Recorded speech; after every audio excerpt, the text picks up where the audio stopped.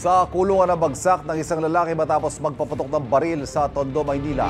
Ang nakainom na suspect nagsisisi raw sa kanyang nagawa. Lagi una ka sa balita ni Jomer Presto, exclusive. Kuha ito sa bahagi ng Santo Niño Street sa Tondo, Maynila kahapon ng umaga. Makikita sa CCTV na biglang nagtakbuhan ang mga residente. Isang lalaki pala ang 2 beses daw nagpaputok ng baril. Sa initial investigation, siya ay lasing, kaya siya nagpaputok ng baril. Problema na ng barangay ito pagka nalalasing, nagwawala.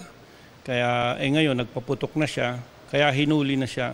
Nakuha sa sospek ang isang hindi lisensyadong baril.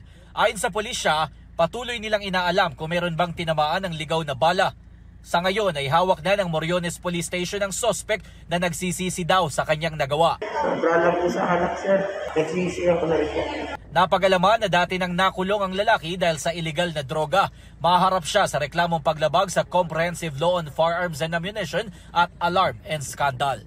Ito ang unang balita, Jomer Presto para sa GMA Integrated News.